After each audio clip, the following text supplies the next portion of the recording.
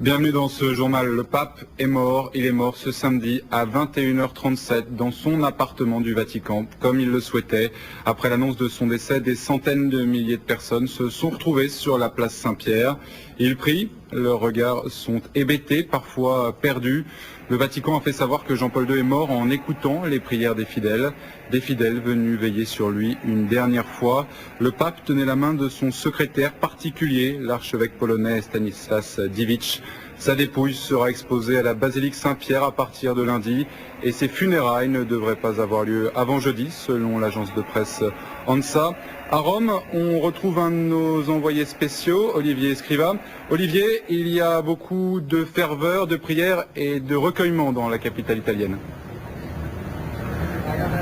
Énormément de prières, énormément de recueillements, il y en a eu toute la soirée, il va y en avoir probablement toute la nuit. Vous savez que quand les fidèles ont appris la mort du pape, ils étaient déjà 40 000 réunis sur la place Saint-Pierre pour cette deuxième veillée, puisqu'il y en avait déjà une hier.